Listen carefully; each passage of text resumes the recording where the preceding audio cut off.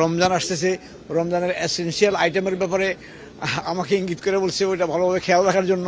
আমাদের ব্যবসায়ী নেতৃবৃন্দ আসছে, বিভিন্ন সেক্টরের লোকজন আসছে, সেক্টর সম্বন্ধে সবাই বলছে। উনি অত্যন্ত ধৈর্য সহকারে প্রায় 2.5 ঘন্টা বক্তব্য সবাই শুনছে, অনেকটা নোট করেছেন। খুসরু ভাই ছিল সাথে, আমাদের বিষয়ে বলছে। উনি প্রত্যেকটাই নোট করে নিয়েছে।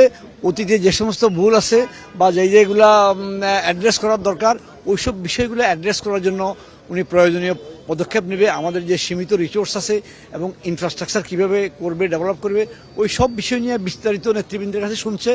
শুনলে পরে অত্যন্ত ধৈর্য করে প্রায় 2.5 ঘন্টা উনি শুনছে। আর বিশেষ করে বিভিন্ন আইটেম, স্পেশালি রমজান আসতেছে, রমজানের এসেনশিয়াল আইটেমের ব্যাপারে আমাকে ইঙ্গিত করে বলছে ওইটা ভালোভাবে খেয়াল রাখার জন্য।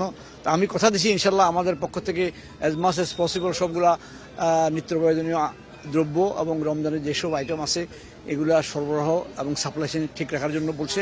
আমি সেই বিষয়ে পদক্ষেপ নেব, আমিও কথা দিয়ে আসছি ইনশাল্লাহ।